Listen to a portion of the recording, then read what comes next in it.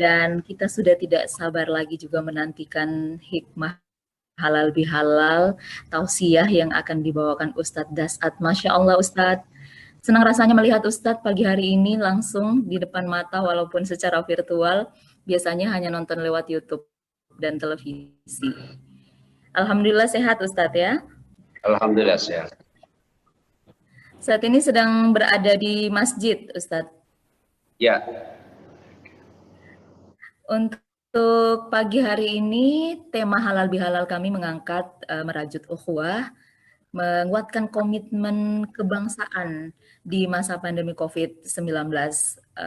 Arahnya sebenarnya bagaimana agar salah satu dari nilai kebangsaan yang terdapat dalam Pancasila dan Undang-Undang Dasar 1945 yaitu kemanusiaan ini bisa semakin terasah dengan adanya COVID-19 ini. Situasi pandemi ini mengharuskan kita untuk semakin meningkatkan kepedulian terhadap sesama dan mudah-mudahan saling membantu itu tidak menjadi hilang, kebiasaan untuk saling membantu, tradisi saling membantu tidak hilang karena situasi pandemi ini. Mudah-mudahan tausiah yang akan disampaikan oleh Ustadz Dasat Latif selama kurang lebih insya Allah 1 jam ke depan bermanfaat untuk kita semua dan kita langsung saja persilahkan kepada Bapak Ustadz Dr. Dasat Latif MSI PhD untuk menyampaikan tausiahnya dalam halal bihalal virtual kali ini. Kepada Ustadz Dasat kami persilahkan dengan hormat. Assalamualaikum warahmatullahi wabarakatuh. Waalaikumsalam. Alhamdulillahi rabbil alamin wa bihi nasta'inu ala umuri dunya waddin. Asyhadu an la ilaha illallah wa asyhadu anna Muhammadan abduhu wa rasuluh. Allahumma salli ala sayyidina Muhammad wa ala alihi wa sahbihi ajma'in. Amma ba'd. Faqad qala Allah subhanahu wa ta'ala fi kitabil karim wa huwa asdaul qailin. A'udzu billahi minasyaitonir rajim. Bismillahirrahmanirrahim. Ya ayyuhalladzina amanu dukhulu fis silmi kaffatan wa la tattabi'u khutuwatis syaitan innahu lakum aduwwun mubin. Wahai orang-orang yang beriman, masuklah engkau ke dalam Islam secara sempurna dan janganlah engkau ikuti langkah-langkah setan karena sesungguhnya setan itu musuh yang nyata bagi kalian. Shadaqallahul adzim, maha benar Allah dengan segala firman-Nya.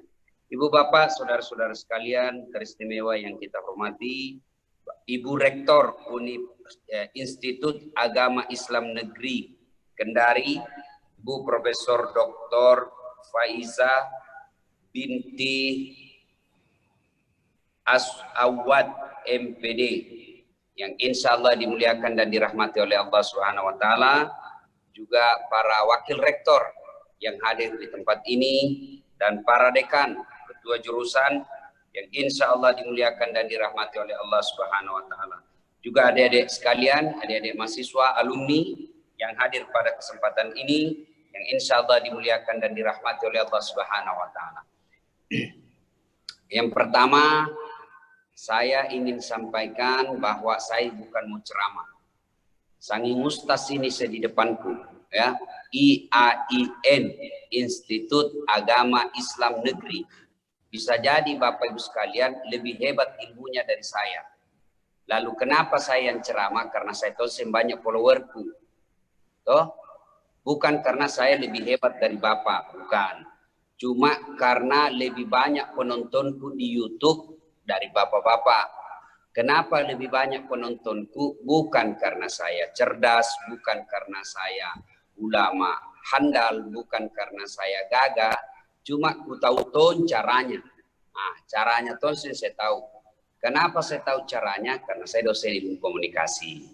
Nah, memang sudah ilmuku di situ bagaimana mencari follower dan penonton subscriber yang banyak. Bukan berarti saya berceramah di tempat ini, tapi hanya untuk memenuhi undangan dari IAIN Kendari. Bu Bapak, saudara-saudara sekalian, saya juga alumni IAIN Alauddin. Tapi 7 tahun saya baru selesai. S1 itu 7 tahun. Keluar dengan IP 2,1. 7 tahun kuliah, IP keluar 2,1. Tidak cukup 2,5, 2,1. Lebih banyak itu bayar zakatnya. Kalau zakat kan 2,5. Ini 2,1 IP saya. Bayangkan, 7 tahun baru selesai. Saya masih ingat ibu pembimbing saya, Ibu Nur Huda Nur, beliau katakan, Saat capek melihat mukamu kau bolak-balik di sini. Saya bilang, tanda tangan mi pale. Skripsiku, cepat mas selesai. Coba bayangkan, saya selesai 7 tahun. Tapi alhamdulillah, rasa-rasanya selama kuliah 7 tahun itu, saya betul-betul bersyukur. Sebab apa yang materi-materi dakwah selama ini yang saya sampaikan, lebih banyak saya peroleh dari IAIN Alauddin. Ya. Jadi perlu saya sampaikan juga ini. Saya tidak mau ceramah, saya tidak mau ceramah ya. Saya tidak mau nasihati Bapak. Mabusung kata orang Bugis ya. Saya itu masuk IAIN Alauddin itu salah lingkari. Ya. Jadi satu tamat SMA, bapak saya itu mau saya jadi sarjana. Mau sekolah di IAIN. Sebab kenapa? Waktu saya SMP dan SMA, saya sering MC protokol di kampungku di masjid. Bapak saya bilanglah ada bakatnya ini anak menjadi ustaz. Maka disuruhlah saya sekolah di IAIN. Padahal saya dari SD, SMP, SMA tidak pernah saya pesantren. SD di kampung, SMP di kampung, SMA di SMA 4 Makassar. Tamat SMA, Nabi bilang, Bapak, aku masih sekolah kok ke IAIN, kuliah kok. Padahal saya sudah lulus di Sospol. Itu ilmu komunikasi. Maka daftarlah saya. Waktu itu belum pakai komputerisasi, pakai manual. Saya merasa bahwa dari semua jurusan yang ada di IAIN, paling tepat buat saya adalah pendidikan agama. Mau jadi guru agama. Maka saya mau melingkari dengan niat masuk di pendidikan agama, tapi apa hendak dikata yang selingkari adalah peradilan agama. Bayangkan jauhnya itu fakultas. Dari pendidikan agama yang terselingkari peradilan agama. Tarbiyah pindah ke syariah. Wah, babak belurlah saya kuliah di IAIN. Bayangkan kita anak sekolah umum, tiba-tiba masuk syariah, yang belajar fikih, saya hafal ayatnya, saya hafal hadisnya, tidak bisa lagi kutulis bahasa Arabnya. Terpaksa kutulis Latin itu. Baru kutulis di bawahnya, mohon maaf saya alumni SMA. Nah bilang Pak Masuk Bidong, dosenku waktu itu yang selalu saya tulis, dia almarhum, dia tulis di bawahnya, apa di bawahnya? Saya tidak mau tahu, belajar kamu. Alhamdulillah selesai juga saya di IAIN. Itu sebabnya ada titelku SAG. Ya, orang biasa ya, alhamdulillah. Nah, Ibu Bapak, saudara-saudara sekalian, itulah sejarahnya kenapa saya bisa selesai ada SAG-ku.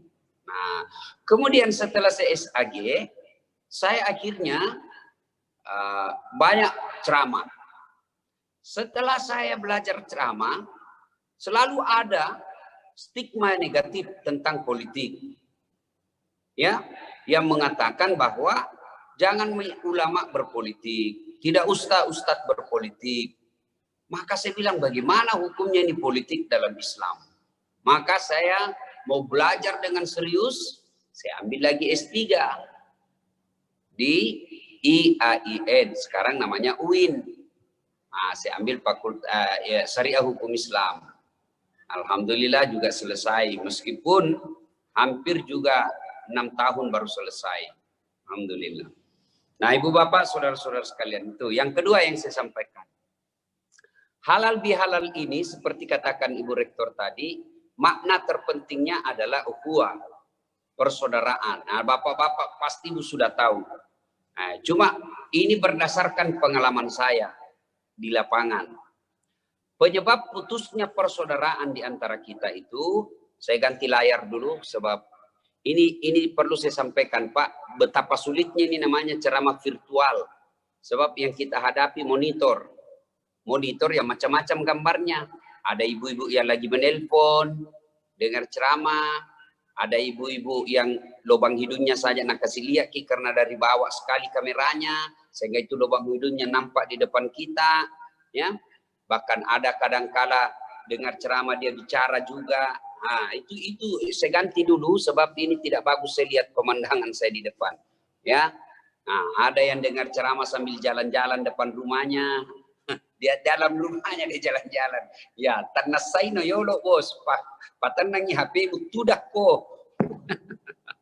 Itu bahkan saya pernah ceramah virtual, ada ibu-ibu lagi dengar ceramah dia anu itu rambutnya, dia luruskan. Dia pakai hair dryer, dia catok rambutnya. Nah, ini yang susah ini. Kita harus cari pemandangan yang bagus untuk kita. Ini ada baik-baik di depan saya ini ya. Nah, ibu bapak, saudara-saudara sekalian. Nah, kita sudah pada tahu bahayanya memutuskan persaudaraan. Nah, sekarang yang saya ingin sampaikan, apa saja berdasarkan fakta yang saya melihat yang menyebabkan putus persaudaraan? Apa? Metode dakwah. Metode dakwah kita. Nah, di kalangan adik-adik remaja, terutama yang girah agamanya baru muncul, ya mereka gelari dirinya dengan kelompok hijrah. Nah, kadangkala mereka ini memakai metode dakwah yang tidak mau menerima perbedaan pendapat. Akhirnya, yang dianggap benar itu hanya dirinya. Saya melihat adik-adik mahasiswa, kalau dia mulai KKN, atau pulang kampung di Makassar, sudah dapat metode dakwanya, manhajnya yang berbeda dengan umum. Dia pulang kampung, wah dia babat habis orang yang ada di kampung yang berbeda dengan dia. Akhirnya apa? Kadangkala diusir, kadangkala pecah, kadangkala jamaah di masjid kita itu terpecah belah gara-gara adanya ketidakarifan dalam menyikapi perbedaan pendapat. Coba ya, soal celana jingkrang, soal jenggot. Ya, saya pun dimaki-maki di Facebookku. Dia kasih masuk di wall saya. Apa kamu Ustaz Dasat bicara sunnah-sunnah kau tidak pelihara sunnah? Lalu saya bilang, kenapa kau tuduh saya tidak pelihara sunnah? Dia bilang, itu buktinya kau tidak punya jenggot. Bayangkan, gara-gara jenggot saya tidak pelihara, akhirnya saya dimaki-maki. Ya, banyak yang seperti itu. Ini Ustaz, bahkan dia bikin kelompok-kelompok. Dia klasifikasi itu Ustaz. Dia pasang statusnya Ustadz Sunnah. Inilah daftar Ustadz Sunnah. Berarti yang tidak ada dalam daftar itu adalah Ustadz tidak Sunnah. Nah, kita semua ini Sunnah. Ya, belum lagi ada lagi kelompok-kelompok sahabat Ustadz A, sahabat Ustadz B, sahabat Ustadz C. Saya banyak yang suka dengar ceramah saya mau bikin komunitas. Ustadz, kita bikin komunitas sahabat Ustadz Dasat Latif. Saya bilang jangan, tidak boleh. Berarti kalau ada komunitas sahabat Ustadz Dasat Latif yang tidak masuk dalam komunitas itu bukan sahabat saya. Saya sahabat semua, non-muslim pun sahabat saya. Nah, apa yang terjadi ketika ada komunitas ini, sahabat Ustadz A tidak mau mendengar ceramahnya Ustadz B. Sahabat Ustadz B tidak mau dengar ceramahnya Ustadz C. Akhirnya apa? Terjadi sekat-sekat. Nah, pada saat itu putuslah persaudaraan. Maka ibu bapak dosen harus arif dan bijaksana menyampaikan perbedaan ini kepada adik-adik didik kita. Jangan sampai ibu bapak dosen justru mendoktrin apa yang dia pahamkan, apa yang yang aliran yang dia yakini. Nah, jangan sampai kita doktrin anak-anak mahasiswa kita dengan ormas yang kita ikuti. Ya, sebaiknya adik-adik mahasiswa itu berikan hasanah berpikir yang banyak aneka ragam. Maka saya setiap dakwah, saya tidak senang membahas masalah khilafiyah yang tidak ditanya oleh jamaah. Karena itu potensial memecahkan persaudaraan. Makanya Bapak Ibu Saudara-saudara sekalian, diperlukan kearifan dalam menyikapi perbedaan pendapat. Ya, terutama ini adik-adik yang menyaksikan. Ketika terjadi perbedaan pendapat, maka jangan menyalahkan pendapat orang lain. Bikin ceramah kadang-kala memang bikin bingung. Ya, pernah saya lihat ceramah, iklan-iklan di medsos ceramah judulnya apa? 140 kesalahan orang yang sholat. Wih, banyaknya kesalahannya. Nah, 13 saja rukunnya. 140 kesalahan orang yang sholat. Nah, rukunnya saja cuma 13. Kenapa judul seperti ini? Kenapa tidak bikin judul kesalahan orang yang tidak sholat? Kesalahan-kesalahan orang yang sholat. Orang sholat dikasih salah-salah. Nah, ada lagi pernah saya lihat judul ceramah. Apa judulnya? Kesalahan orang yang berjamaah di masjid. Masya Allah. Kenapa yang begitu? Kenapa tidak dibikin judul ceramah kesalahan orang yang tidak datang berjamaah di masjid? Nah, manhaj atau metode-metode dakwah seperti ini yang bisa jadi menimbulkan, memicu permusuhan, dan pada akhirnya lahirlah perpecahan di antara umat. Ya, ini ya. Pertama, metode dakwah. Ya, mazhab-mazhab ini kadang-kala sangat potensial untuk memecah persatuan umat Islam. Yang kedua, ya adalah kesombongan. Sombong. Ya, apa itu sombong? Ya, Bapak Ibu kan sudah tahu. Sombong itu apakah memakai barang mahal? Belum tentu. Saya punya rezeki, beli baju mahal. Apa sombong? Belum tentu. Kalau saya beli baju mahal, lalu saya pakai pergi ceramah di depan-depan pejabat, di depan pengusaha, supaya mereka tidak meremehkan orang, mereka tidak meremehkan mubalik, mereka tidak menghina mubalik. Nah, itu bukan bagian dari kesombongan. Kesombongan adalah menolak kebenaran, menganggap enteng orang lain. Nah, mentang-mentang kita yang ngajar dulu waktu S1, tiba-tiba karena kita malas sekolah, dia sudah S3, kita masih S2, tidak mau terima. Apa itu dasar? Nah, saya aja yang ngajar itu. Mulai kesombongan seperti ini akan muncul perpecahan di antara kita.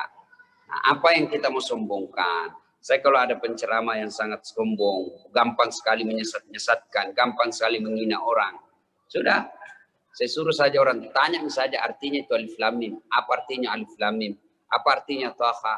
Apa artinya Yasin?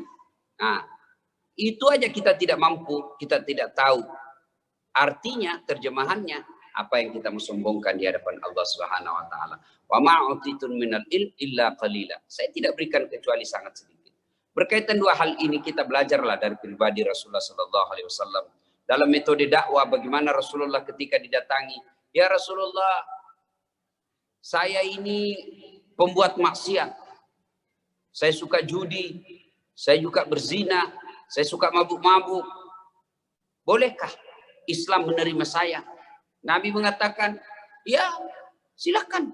Ya Rasul, ya Muhammad, boleh masuk Islam?" Boleh. Nah, diislamkanlah dia. Ya, setelah diislamkan, lalu Nabi berkata, "Boleh saya minta sesuatu sama kamu?" "Apa ya Rasul?" "Setelah kau masuk Islam, kau jangan bohong." Oke, senang ini anak muda. Gak gampang gitu kalau tidak bohong. Akhirnya, setelah dia Islam, dia pulang. Dia bilang, gampang sekali daripada ini Islam. Hanya dilarang kita bohong. Akhirnya itulah yang dipegang. Tidak boleh bohong. Beberapa hari kemudian dia mau berzina. Dia ingat, kalau saya berzina, saya ditanya Rasul masih berzina atau tidak. Kalau saya bilang masih, malu-malu saya jadi orang Islam. Kalau saya bilang tidak, saya bohong. Saya langgar janji saya. Mau berjudi begitu lagi. Ya, mau mabuk begitu lagi. Akhirnya apa? Baru dia sadari bahwa ternyata meskipun Rasul cuma meminta satu, tapi itulah pokok dari semua syariat, yaitu kejujuran. Nah, andai saja pada saat itu Nabi langsung mengatakan, tidak boleh, kau ini jahat, jelek sekali sifatmu, maka dia batal masuk Islam. Bagaimana lagi Rasulullah ketika ada sahabat yang datang mengadu, "Ya Rasulullah, saya melakukan hubungan suami istri di siang hari bulan Ramadan." Kata Nabi, "Nah kena ku apa bos? Nah kena ku apa? Janji bayar ku puasa 60 hari berturut-turut." "Ya Rasulullah, berapa?" 60 hari berturut-turut. Ini saja 1 bulan saya kecolongan, apalagi 2 bulan. Kata Nabi, "Kalau begitu kasih makan ku fakir miskin." "Ya Rasulullah, saya orang miskin." Nabi ambil kurma, ambil roti. "Ya sudah, kalau begitu ini bawa kau pulang kampungmu, cari orang paling miskin di kampungmu, kasih ini." Kata dia, "Ya Rasulullah, saya orang paling miskin di kampungku." Nabi katakan, "Sudah, kalau gitu kau pulang makan." Subhanallah. Nah, ini mestinya kita mencontoh para dai dalam berdakwah. Rasulullah adalah prototipe dakwah. Dai. Nah, dai mengajak. Maka sebaiknya para penceramah jangan memvonis, karena itu adalah profesi dari seorang hakim. Kita dai penceramah mengajak saja.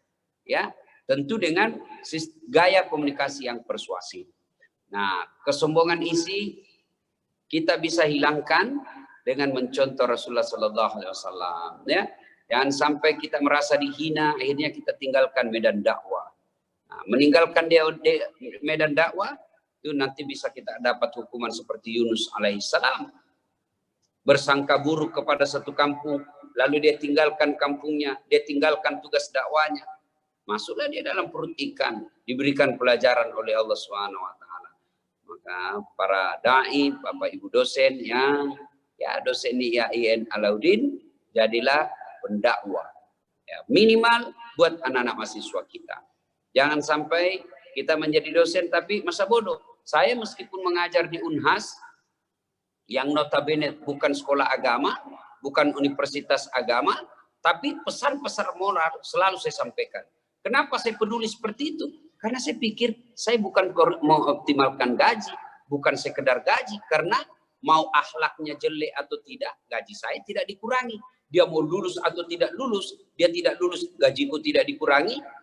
Dia lulus, gajiku juga tidak ditambah. Lalu kenapa? Apa motivasi saya selalu nasihati? 2, misal 3 kredit, saya pasti gunakan 10-15 menit untuk dakwah di awal kuliah. Saya nasihati akhlak, terutama soal pacaran, terutama soal birrul walidain. Kenapa? Karena saya punya motivasi. Saya bukan mau cari gaji, tapi saya mau cari amal jariah. Mudah-mudahan kalau 15 menit, di dalam kelas ada 70 orang. Ya 5 aja yang mengamalkan apa yang saya sampaikan 15 menit itu. Lumayan. Saya dapat gaji tiap bulan, juga tentu saya dapat amal jariah. Meskipun saya di alam kubur, saya masih bisa menikmati. Dan alhamdulillah, banyak sekali mahasiswa saya dapati, saya sudah lupa dia, saya juga tidak ingat dia. Begitu saya pergi dakwah di satu tempat, datang. Senang betul kita didatangi mahasiswa. Pak Ustadz, saya mahasiswa tak dulu di komunikasi angkatan ini Ustadz. Iya, alhamdulillah. Kita merasa senang. Sebab ternyata ada perubahan akhlak di depan anak-anak kita. Itulah menjadi amal jariah. Kalau kita cuma kejar duit, pangkat, golongan, ya kita dapat itu. Kan Bapak Ibu sudah tahu, saya mengejar dunia-dunia baginya, saya mengejar akhirat-akhirat baginya, saya mengejar dua-duanya aku bagi. Nah, Ibu Bapak, saudara-saudara sekalian, nih ya. Nah, berikutnya saya ingin sampaikan lagi bahwa kita sebagai dosen ilmu IAIN tentunya akan menjadi tolok ukur bagi dunia masyarakat. Jangan sampai, karena saya melihat juga ada dosen kita yang dosen dari IAIN, justru kadangkala akhlaknya tidak terlalu baik. Nah, ini tentu akan mencoreng institut kita. Nah, tidak ada gunanya rasanya kita cerdas, profesor, doktor, tapi akhlak kita tidak menunjukkan akhlak mulia. Karena Rasulullah SAW diutus ke muka bumi ini tentu bukan untuk mencerdaskan kehidupan bangsa. Tapi ketika beliau ditanya, untuk apa? Liutammima makarimal akhlak, memperbaiki akhlak manusia. Ya, inilah fokus utama kita sebenarnya. Maka saya berharap kepada kita semua, Ibu Bapak dosen, setiap masuk mengajar, sampaikan pesan-pesan agama kepada anak-anak kita. Saya meskipun saya ngajar di Unhas, ada 2 tulisan yang menjadi ciri khas bagi mereka mahasiswa saya yang pernah saya ajar. Pertama, insya Allah dia bisa menulis basmalah. Bismillahirrahmanirrahim. Bukan bahasa Latinnya, bahasa Arabnya. Kemudian hamdalah, alhamdulillahirabbil alamin. Sebab kenapa? Setiap saya memulai belajar, ayo tulis basmalah. Bismillahirrahmanirrahim. Jadi mereka menuntut ilmu, mereka belajar dengan atas nama Allah. Kemudian selesai kuliah, ayo tulis lagi. Alhamdulillahirabbil alamin. Nah, segala puji bagi Allah seluruh sekalian alam. Akhirnya, selama kita mengajar, insya Allah menjadi ladang amal buat kita, Ibu Bapak saudara-saudara sekalian. Ibu Bapak, seperti yang saya sampaikan, saya sungkan untuk berdakwah karena apa yang ada di depan saya adalah para dai-da'iyah. Maka saya lebih senang kalau kita berdiskusi. Mungkin ada yang Ibu Bapak ingin ketahui, jangan soal agama karena Bapak Ibu sudah tahu semua. Tapi yang kita diskusikan adalah metode-metode dakwah, rancangan-rintangan dakwah, apa tips-tips ya dalam dakwah ini. Insya Allah kesempatan ini kita bisa berbagi. Istilahnya dapur dakwah saya akan sampaikan kepada Bapak Ibu sekalian. Kalau soal materi dakwah, sudahlah, sudah hatam semua. Pak disengetak lebih mana nih? Ya, Bapak Ibu semua sudah ustadz dan ustazah. Jadi mungkin ada sharing di antara kita. Nah, saya persilahkan. Terima kasih. Saya kembalikan kepada MC.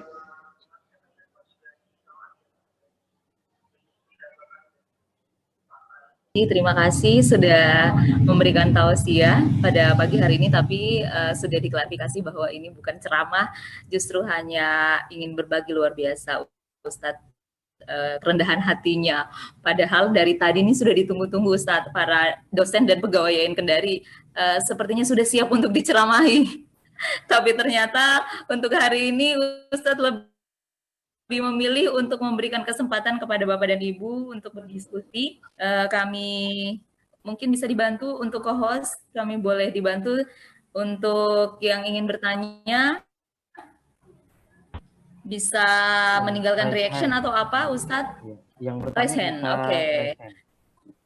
Yang bertanya bisa raise hand, kemudian nanti akan difasilitasi untuk langsung berdiskusi dengan Ustadz Das atau Latif. Tadi sudah disampaikan bahwa diskusinya boleh seputar bagaimana sih tips-tips berdakwah yang baik supaya kita bisa mencontoh Ustadz. Setidaknya 10% dari follower Ustadz itu bisa beralih ya Ustadz ke YN Kendari. Ibu Quraida mau bertanya. Ibu Quraida mau bertanya. Oke. Ibu Dr. Haja Quraida, dipersilahkan. Ya. Terima kasih. Assalamualaikum warahmatullahi wabarakatuh. Waalaikumsalam warahmatullahi wabarakatuh. Alhamdulillah bisa berjumpa lewat virtual dengan Ustaz yang saya sangat senang mengikuti ceramahnya di YouTube ini, Pak Ustaz ini. Yang saya mau banyak tahu dari Ustaz ini saya banyak mendapatkan ceramahnya di depan bapak-bapak polisi. Dan di depan bapak-bapak polisi itu, bapak itu kayak tidak ada takut-takutnya itu. Pokoknya disampaikan apa saja. Ini tipsnya Ustaz bagaimana ini? Ini barangkali yang perlu ini. Pokoknya sampai sedetil-detilnya semuanya disinggung. Dan bapak-bapak polisi senang dan jadinya juga bisa menjadi berubah. Nah, itu yang saya lihat dari ciri khasnya Pak Ustaz ini. Terima kasih Pak Ustaz. Mohon maaf lahir batin. Waalaikumsalam. Ya. Terima kasih Bunda, terima kasih Bunda, sehat walafiat ya, saya doakan Ibu sehat walafiat, anak-anak menjadi anak yang soleh dan soleha. Ya, saya kira dalam dakwah itu perlu ilmu, ya, terutama pengelolaan tata bahasa. Istilahnya adalah diksi, ya. Saya Ibu Bapak, kalau Bapak mencari ceramah saya yang menghina, memaki-maki, tidak ketemu di channel saya. Tapi mengeritik banyak. Tapi saya mengeritiknya dengan gelitik. Itu perlu ada diksi. Makanya Babe Haikal Hasan pernah ngomong begini sama saya. Suatu kesempatan. Ini Ustadz, saya ini tidak pernah ngeritik polisi secara terang-terangan. Tidak pernah Ustadz mengeritik polisi menurut Babe Haikal. Tapi kok saya tidak pernah diundang, bahkan diundang kabar reskrim untuk diperiksa. Ini Dasat selalu menyerang polisi, terang-terangan nyerang polisi. Sebut secara jelas. Tapi kok tidak pernah polisi, malah polisi senang ngundang. Saya alhamdulillah sekarang kalau saya pergi ceramah di satu kabupaten, itu meskipun bukan polisi yang undang, datang itu Kapolresnya. Memberikan jemputan antar jemput. Padahal saya selalu kritik mereka. Karena diksi yang saya pakai tidak menyakiti dan tidak menghina. Kita jangan memilih kata-kata yang kasar, ya. Nah, kita pilih kalimat-kalimat yang sudah masuk pesan, tapi mereka merasa tidak disakiti, ya. Nah, coba misal saya bilang, oh ada banyak perempuan hamil di luar nikah, mau saya ingat Siti Maryam. Tidak ada suaminya, ternyata ada anaknya. Usut punya usut, ternyata pelakunya polisi. Nah, ketika kita sebut polisi sambil kita ketawa. Harus ada mimik yang cerah. Jangan menyebut polisi lalu muka kita jengkel. Nah, itu pesannya keras. Ternyata pelakunya polisi. Nah, itu marah orang, jengkel wajahnya toh. Tapi kita sambil ketawa, ternyata pelakunya bapak-bapak polisi. Mereka ikut ketawa. Nah, itu perlu. Nah, untuk public speaking ini, Bu, memang perlu dipelajari. Dia tidak otomatis kita dapat, ya. Maka ada kawan saya juga bilang begini, Kucontoh itu ceramahmu, Ustaz. Kucontoh itu materimu. Kenapa nak ndak ketawa orang?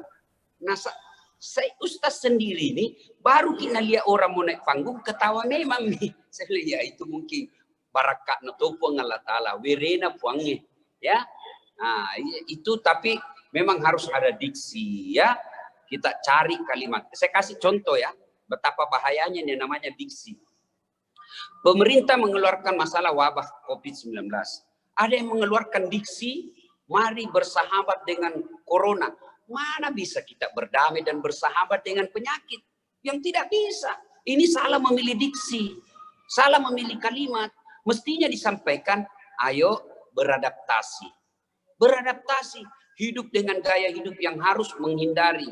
Jangan pakai kata apa itu berdamai. Bagaimana mau berdamai? Nah, kita mau lari dari Nabi bilang kalau kau lihat wabah berlarilah engkau seperti melihat harimau. Nah, disuruh kita damai. Mana ada harimau mau berdamai sama manusia? Nah, terekam ki. Nah, ini salah memilih diksi.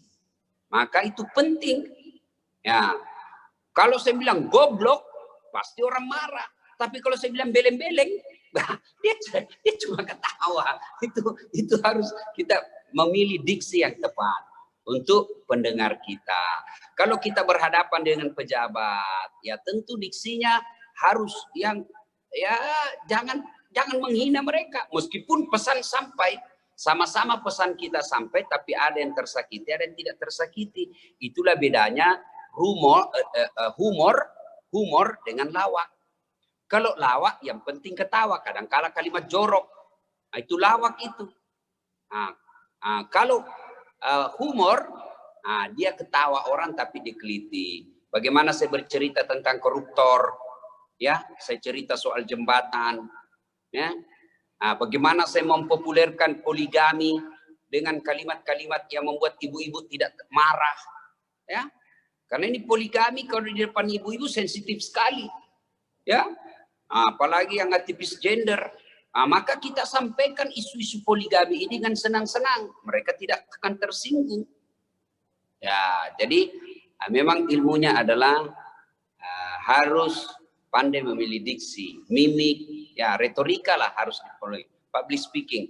Dan yang paling penting sebelum ceramah berdoa. Berdoa, sholat hajat 2 rakaat, lalu berdoa kepada Allah agar apa yang kita sampaikan bermanfaat. Dan paling penting Allah menghindarkan kita dari fitnah dunia, maksudnya dan sampai kita yang sampaikan tapi kita yang melanggar apa yang kita sampaikan itu. Wallahu a'lam bishawab. Terima kasih.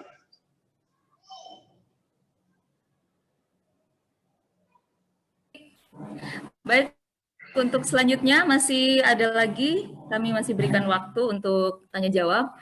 Insya Allah untuk halal bihalal ini akan berakhir tepat pada pukul 10 nanti. Terima kasih tadi Ibu Dr. Haji Siti Quraida yang sudah memberikan pertanyaan kepada Ustadz. Jadi kuncinya adalah diksi. Yang sulit adalah bagaimana memilih diksi, Ustadz. Kalau itu tipsnya kayaknya harus dilatih dengan pengalaman dan skill ya, Ustadz. Skill ya, betul, tersendiri. Betul. Karena jokes dia akan muncul dengan sendirinya setelah kita terlatih dengan sering. Makanya ibu bapak ketika di depan mahasiswa manfaatkan itu untuk melatih kemahiran berbahasa. Ya, mumpung ada objek. Ada yang kita menjadikan objek sasaran latihan mahasiswa kita. Lalu setelah itu jiwa besar, minta dikritik, adik-adik apa yang kurang. Saya bahkan kalau sebelum saya lepas ceramah saya di YouTube itu saya nonton sendiri. Saya nonton dulu. Oh ini salah, oh ini tidak bagus kalimat seperti ini. Ya, gitu. Biasa juga saya ketawa sendiri kalau saya nonton 1 jam. Saya biasa ketawa sendiri di ceramah saya. Ya harus banyak latihan. Ya terima kasih. Baik, memang Ustadz Dasat Latif ini terkenal. Ustadz kalau kita melihat Ustadz itu selalu yang teringat kata pertama adalah beleng-beleng, Ustadz. Itu adalah ciri khas dari Ustadz dan itu merupakan diksi dari Sulawesi Selatan sebenarnya, bahasa setempat ya, tetapi sudah terkenal seluruh Indonesia. Luar biasa Ustadz, beleng-beleng akhirnya sangat dipahami oleh orang Jakarta, walaupun di televisi misalnya, itu sudah sangat dipahami. Ini skill yang memang agak sulit ini kita ikuti ya. Kita harus cari diksi yang lain lagi, jangan beleng-beleng lagi, karena itu sudah punya Ustadz Dasat Latif. Nanti kita uji coba lagi mana yang bisa kita gunakan, diksi tertentu yang bisa menjadi ciri khas untuk kita semua. Mungkin co-host ada lagi yang ingin bertanya? Belum Kami ada persilakan. tangan. Silakan raise hand. Nggak usah sungkan-sungkan Bapak Ibu ya. Tadi sudah disampaikan oleh Ustadz Dasat bahwa beliau sangat paham bahwa yang di depannya ini adalah para akademisi, karena beliau juga dulunya adalah salah seorang alumni dari Universitas Islam Negeri yang serumpun dengan kita, IAIN, sama-sama PTKIN. Jadi ilmunya mungkin bisa jadi mirip-mirip ya. Silakan Bapak Ibu. Atau mungkin yang sedang mengasah diri menjadi Ustadz kondang seperti beliau, ingin berbagi atau ingin bertanya sesuatu, tips-tips lagi yang lain, bagaimana caranya bisa sehebat beliau dari Indonesia Timur. Kalau selama ini Ustadz-Ustadz yang ada di televisi itu didominasi dari Indonesia Barat, Ustadz, baik dari Jawa maupun Sumatera. Sekarang Ustadz Dasat Latif, saya pikir untuk di televisi pada saat bulan Ramadan kemarin satu-satunya dai yang berasal dari kawasan timur Indonesia yang ada hampir di semua televisi, Ustadz, luar biasa ya. Karena follower tadi. Kalau boleh tahu Ustadz, itu followernya bertambah cepat mulai dari tahun berapa itu, Ustadz? Saya punya YouTube Ibu baru 2 tahun. Ya. Itu pun teman yang minta. Ya. Andai saja awal-awal saya ceramah 10 tahun yang lalu saya sudah masuk ada channel, saya kira saya sudah jutaan saya punya subscriber. Itu perlu dipahamkan bahwa beda subscriber, beda penonton. Kalau penonton saya di YouTube itu saya lihat statistik di channel saya sekitar 83 juta penonton saya. Ya, jadi sekali saya sebar ceramah saya, itu statistiknya antara 500.000 sampai 700.000 yang nonton satu hari. Mana pernah kita ceramah dihadiri 500.000 orang? Paling banyak 25 orang, 25.000 orang. Nah, itu dengan channel. Makanya tantangan dakwah kita ke depan itu kita harus tahu ini apa itu dakwah media. Ya, dakwah konvensional pakai mimbar tidak terlalu efektif zaman sekarang. Ya, nah, maka kita harus beradaptasi, ini termasuk new normal akan datang ini. Kita harus membiasakan diri berceramah di depan virtual begini. Meski ini berat loh, Bu. Ceramah virtual seperti ini sangat berat. Harus beradaptasi. Kenapa berat? Kita berhadapan dengan video. Kita berhadapan dengan orang-orang yang macam-macam di depan kita. Hanya handphone, laptop di depan kita. Kan dalam ilmu komunikasi disebut psikologi massa. Itu beda ketika kita berhadapan langsung dengan jamaah, dengan hanya melihat ini virtual, beda.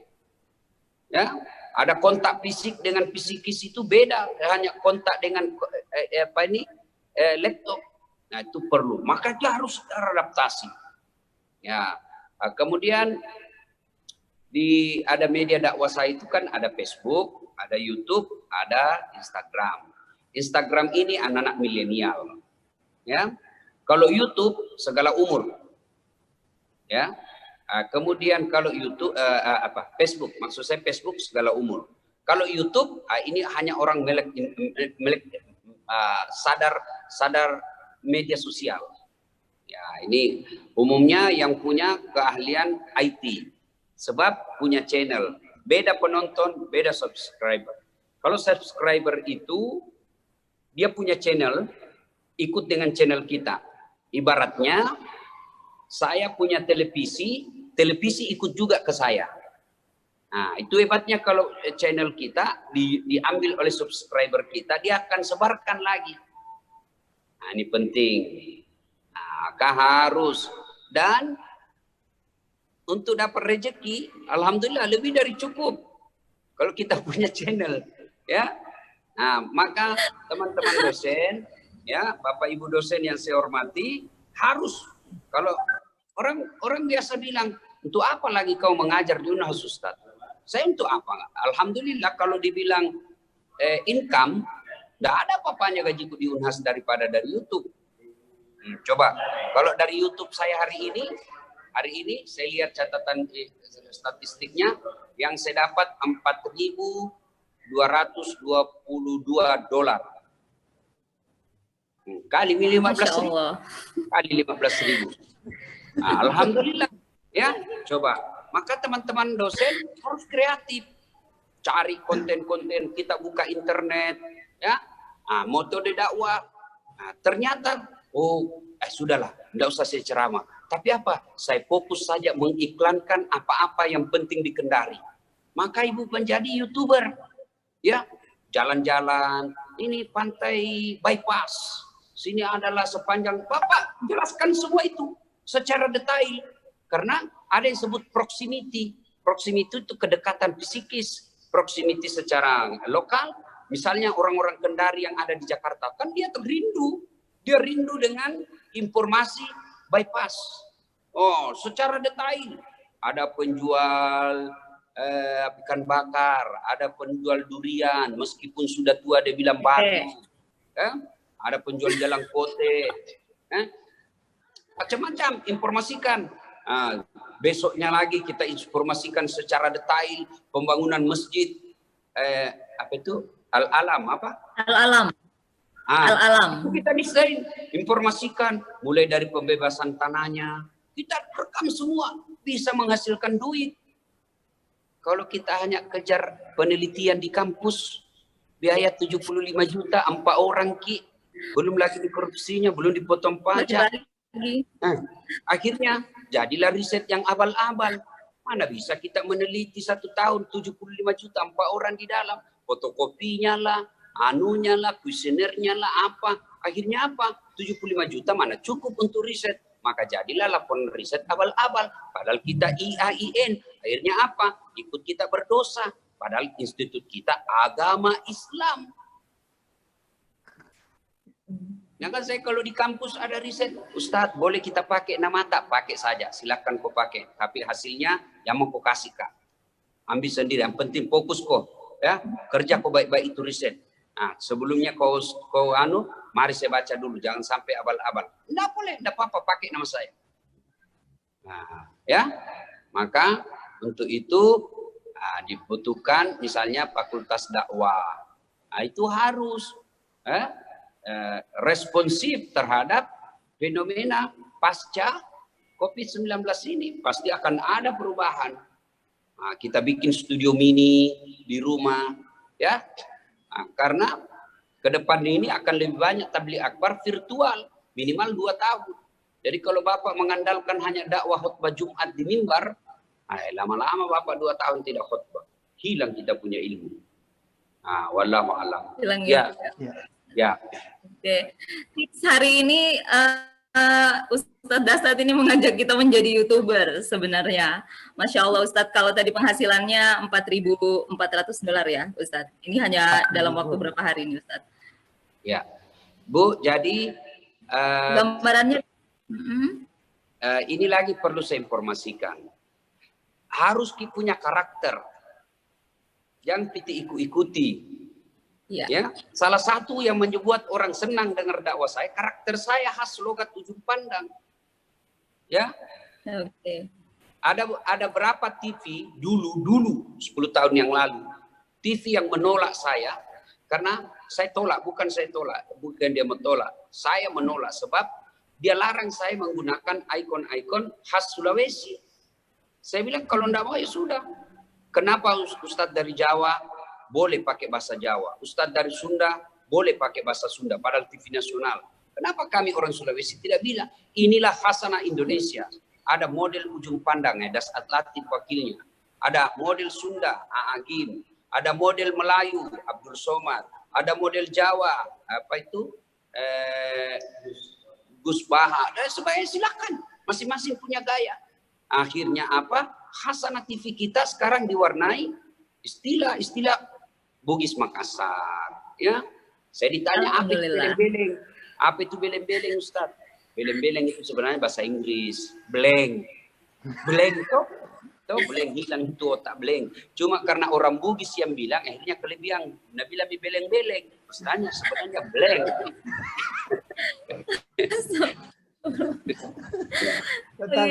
Iya. Mantap Ustaz penjelasannya ya. Iya. Saya mau tanya. Ya. Ya, saya Ustadz, Ya. ini yang saya mau tanyakan, sebenarnya apa caranya supaya kita punya kepedean untuk pede untuk membuat YouTube atau Channel membuat YouTube. ya channel YouTube atau paling tidak merekam video, karena terus terang saya selalu terbebani dengan takut salah, takut cacian, takut makian itu, Ustadz. Oh, rumus menghadapi bully, jangan baca. Ya, rumus menghadapi bully, jangan baca. 1, 2, kembalikan ke Nabi. Saya kan kadang-kala juga ceramah itu banyak juga yang maki. Ustadz stand up comedy, Ustadz cari follower saja, tidak ada ilmunya. Nggak aku bati-bati. Saya jadikan awal. Bagaimana caranya? Contoh Nabi. Siapa Dasat, bos? Masih selalu pikir poligami, masih suka dosa. Nabi. Apa dosanya Nabi Muhammad? Coba, manusia mulia. Apa itu? Doanya pasti dikabulkan. Dicintai Allah. Setiap Allah disebut namanya, ikut nama Nabi. Coba, apa Nabi tidak dibully? Bukan lagi dibully. Diusir dari kampungnya, bos. Bukan lagi diusir. Perang. Apalagi kita. Makanya pernah ada Ustadz kondang di Jakarta kan, yang ribut gara-gara mobilnya dipukul sama jamaah. Saya bilang, kampungan yang begitu, Ustaz. Apalah kita ini baru dipukul mobil. Nabi bukan dipukul mobil, dilempar. Sampai berdarah bibir beliau. Dihina di Taif. Apa Nabi pernah mengeluh? Tidak. Apalagi kita ini manusia biasa. Masih mikir honor. Nah, sudahlah. Kalau ada yang bully kita, kembalikan kepada diri Rasulullah. Kemudian, yang membuat kita biasa tidak pede itu karena kita tidak tahu apa yang kita mau bilang. Takut salah toh? Orang Bugis bilang kau pau-pau. Maka resep pertama itu harus dicas dulu di otak. Isi dulu. Jangan coba-coba membahas sesuatu yang tidak kita ketahui. Kelihatan hidung otak itu. Maka untuk awal-awal rekaman kita yang betul-betul kita paham supaya kita lancar. Coba lihat itu, kan saya ngajar public speaking. Itu mahasiswaku kalau final test kan saya suruh ceramah. Bayangkan kalau ada yang bilang, lebih baik saya disuruh berkelahi Ustaz daripada suruh pidato. Bayangkan begitu dongoknya. Tapi lebih baik diseka-seka berkelahi daripada suruh pidato Ustaz. Tidak bisa kan? Saya bilang, kau keluar kau dulu. Keluar kau dulu kelas, kau lihat semua apa, jalan kau saja keliling di fakultas ini, rekam kau baik-baik matamu. 15 menit baru kau masuk di sini. Sudah, masuk nih. 15 menit saya bilang, cerita kau apa yang kau lihat tadi di luar. Baru lancar. Saya tadi lihat Pak Ustaz, ada orang kayaknya bertengkar sama pacarnya. Kenapa kau tahu? Sebab saya lihat matanya menangis ini perempuan dan dia agak tegang mukanya. Mulai pintar cerita. Di sampingnya kemudian ada temannya main bola. Kenapa kayak percaya diri? Karena sudah terisi otaknya. Kapan otak kita tidak terisi, maka susah kita ngomong. Maka yang banyak masih bagus kalau pipit dipakai, kalau talim iya kan, itu yang harus diisi otak dulu supaya kita bisa ngomong. Dan jangan membahas sesuatu yang kita tidak paham dengan baik, bahaya. Nah, tapi kalau awal-awal pasan kalau nabuliki orang bilang kenapa aku susah kok, jangan kau nonton kalau tidak mau kok. Sudah ya. Lihat itu. Ada itu di Makassar namanya Bunda Ella. Bunda Ella. Iya toh? Iya. Terkenal. Bunda Ella ya. Viral. Terkenal bukan karena dia pintar, tapi dia pamerkan kebodohannya. Itu bikin saja. Ya, ada lagi yang baru. Ada lagi yang baru sekarang mulai viral juga di Medan. Dia ciri khasnya perempuan salah-salah ngomong dan nyanyinya bukan sambung-sambung. Berulang kali dia kasih lihat mukanya yang jelek, akhirnya banyak yang suka toh. Jadi cuma kalau kita dosen bagus juga bikin konten-konten yang lucu ya, yang penting tidak melanggar moral, tidak melanggar agama, karena kalau kita melanggar moral bahaya ya. Terima kasih. Oke. Baik, menyesuaikan juga sebenarnya dengan karakter follower sekarang ini yang lebih senang tertawa gitu dengan ustadz-ustadz yang lucu itu bukan sebenarnya tidak mengambil hikmah, tetapi memang juga ada hiburan di dalamnya, jadi mereka bisa betah berlama-lama mendengarkan ceramahnya sampai selesai. Ustadz, saya mau memberikan informasi juga bahwa ternyata salah satu dosen IAIN Kendari ini adalah mahasiswa ustadz pada saat di Unhas. Ini mahasiswa komunikasi tahun 98 ya, Unhas. Ibu Sri Hadijah Arnus sudah mengucapkan selamat datang, diajar katanya pada mata kuliah komunikasi politik.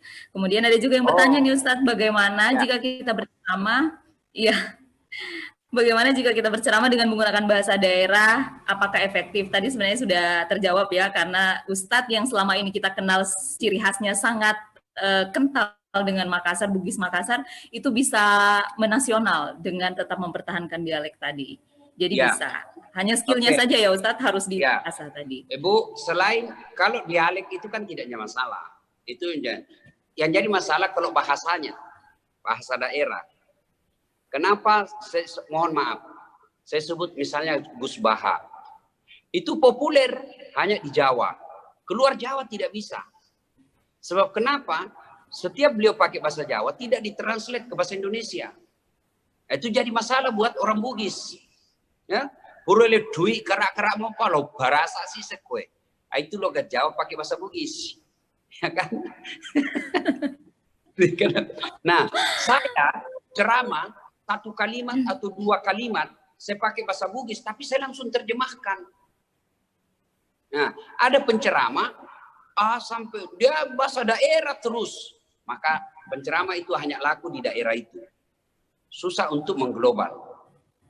Nah, boleh pakai bahasa daerah, tapi jangan dari A sampai Z. Ya, ada mungkin dalam 30 menit, ada 2 kalimat kita masukkan. Nah, kemudian tetap diterjemahkan. Tujuan apa saya pakai bahasa daerah? Saya ingin memperkenalkan bahwa bukan cuma orang Melayu bisa ceramah. Bukan cuma orang dari Padang bisa ceramah, ada juga orang dari Sulawesi Selatan. Ya, maka alhamdulillah pernah kita senang, ya pernah senang juga rasa dalam TV nasional dari pagi sampai malam semua yang ngisi acara itu orang dari Sulawesi. Nah, itu niat kita untuk Sulawesi bisa tonjus. Ya, betul ya. Jadi ibu-ibu dalam dakwah itu memang perlu skill. Apalagi zaman sekarang. Bayangkan kalau kita mau ceramah di Instagram. Instagram itu 1 menit. Kita harus sampaikan lucu-lucunya. Kita harus sampaikan pesan agamanya. Dalam waktu 1 menit. Itu tidak gampang. Karena kalau lewat ceramah-ceramah anak milenial ini, kalau lewat 3 menit, skip. Kenapa? Karena terbatas kuotanya. Dia tidak senang yang panjang karena menguras kuota. Maka dibikin yang pendek dengan ukuran yang kecil supaya dia tidak menguras kuotanya anak muda. Karena kalau menguras kuota, Nabi bilang kita mengkodai pala subuh data, kasih habis data saja, ada tinggal kita. Maka bagaimana bikin konten yang tepat dengan waktu yang ringkas. Ya. Terima kasih. Oke. Begitu ya. Ustadz, mungkin terakhir ini ada satu kesempatan Ustadz, mungkin ada yang minta dari tadi ini salah seorang dosen juga, Ibu Marlina Ghazali, ingin bertanya sesuatu. Silakan kami berikan kesempatan, Ibu. Ini yang terakhir ya sebelum kita tutup. Ya, makasih Adek Lili. Assalamualaikum warahmatullahi wabarakatuh. Waalaikumsalam warahmatullahi wabarakatuh. Taqabbalallahu minna wa minkum. Ustaz. Ya. Ustaz, sebetulnya saya ini tidak siap untuk bertanya, tetapi ingin siap mengikuti ceramah Bapak kurang lebih 1 jam, sebagaimana itu tadi ya, saya sudah bayangkan lucu-lucunya. Baik, tadi saya menyimak bahwa dakwah secara virtual itu sebenarnya ada ketidaknyamanannya. Tidak nyaman, kurang nyaman lah, karena kenapa audiensnya kita lihat itu dengan berbagai, ya ada yang sambil jalan, ada yang mungkin dirasakan oleh dosen itu dirasakan seperti itu, kadang memberi kuliah dengan aplikasi Zoom ini ya ada yang mungkin pakaiannya ya tidak pantas untuk di depan kamera dan lain sebagainya. Nah, terkait dengan dakwah virtual yang tadi kata Pak Ustaz itu ada ketidaknyamanannya. Nah, bagaimana dengan situasi ke depan ini yang tadi Ustaz juga katakan dengan ini new normal ini mungkin 1 atau 2 tahun ke depan. Pertanyaan saya kepada Pak Ustaz ini, saya sangat berbahagia bisa berkomunikasi sekalipun secara virtual, karena Bapak ini yang memang ahlinya di bidang komunikasi, tentu kami sangat perlukan. Pertanyaan saya bagaimana mensiasati ini Pak Ustaz, ketidaknyamanan ini dengan dunia virtual yang kita hadapi, karena ini suka tidak suka ya kita berhadapan dengan situasi Betul, seperti ini. betul Ya, saya kira Bunda. itu Pak Ustaz ya. Ya, Terima kasih betul. Pak Ustaz. Assalamualaikum. Ya. Terima kasih Bunda. Minimal proses mengajar. Saya alami awal-awal kuliah karena di UNAS itu kita sudah terapkan sudah lama ini. Ya, mengajar seperti ini. Dan saya sangat terbantu. Saya meskipun saya lagi di Kendari pergi ceramah, saya tetap bisa mengajar virtual seperti ini. Tentu sebelum masuk sudah kita bikin aturan. Makanya ketika bikin begini, ketika kita sudah mau share ID dan password Zoom, acara virtual kita itu sudah ada catatan etika dalam mengikuti acara ini. Satu, sebut di situ semua mic mute dimatikan, mic-nya semua dimatikan. Kemudian yang kedua, berpakaian yang sopan. Yang ketiga, letakkan posisi kamera yang sopan. Ya, tidak dibikin aturannya. Nah, catatan. Jika catatan ini, kuliah ini Anda langgar, maka Anda saya anggap tidak hadir. Pasti dia lambat laun dia akan disiplin. Saya bikin begitu. Makanya Ibu, setiap saya mengajar, itu ada namanya kontrak kuliah dulu. Kita bikin dulu kontrak. Biarkan anak-anak, ini loh, saya kalau tatap muka langsung ya, tatap muka langsung misalnya di kelas. 1, harus on time. Masuk jam 9.00, saya kasih ke kompromi 15 menit. Siapa tahu ada konek PT-PT atau kempes banmu. Oke, komprominya 15 menit. Lewat dari 9.15 menit, saya tidak akan terima kamu dalam kelas. Begitu juga saya. Lewat 15 menit, saya tidak boleh masuk. Deal. Ada yang tidak setuju? Tidak setuju, Ustaz. Apa alasanmu? Kalau tidak masuk akal alasan, tolak. Kalau masuk akal, kenapa aku tidak setuju? Ustaz, ibuku kan sakit. Tiap pagi saya harus lakukan ini, sehingga saya tidak bisa tepat jam 9.15 saya bisa masuk. Saya paling cepat bisa masuk 9.30. Tentu saya tidak manusiawi dan bukan seorang pendidik kalau saya tidak setuju permohonan karena keadaannya darurat. Nah, bikin aturan lagi kedua. Kedua, semua perempuan wajib pakai jilbab. Saya tidak setuju, Ustaz. Kenapa kau tidak setuju? Saya Nasrani, Ustaz. Kau boleh. Tentu saya melanggar kalau saya paksa dipakai jilbab. Kalau tidak boleh pakai jilbab, paling tidak pakaian perempuan tidak boleh di atas lutut, pakaian perempuan tidak boleh bajunya di atas siku. Sudah, aman. Bikin aturan. Ada yang tidak setuju, oke. Sekalian anak-anak mahasiswa kita diajak berdiplomasi.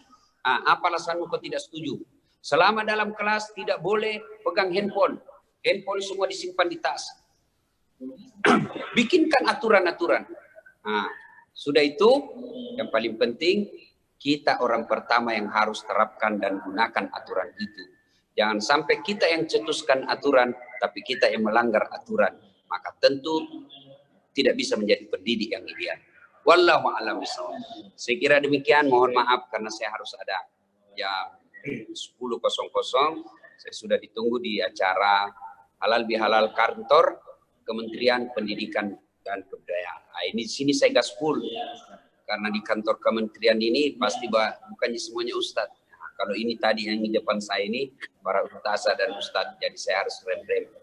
Ya, terima kasih. Ya.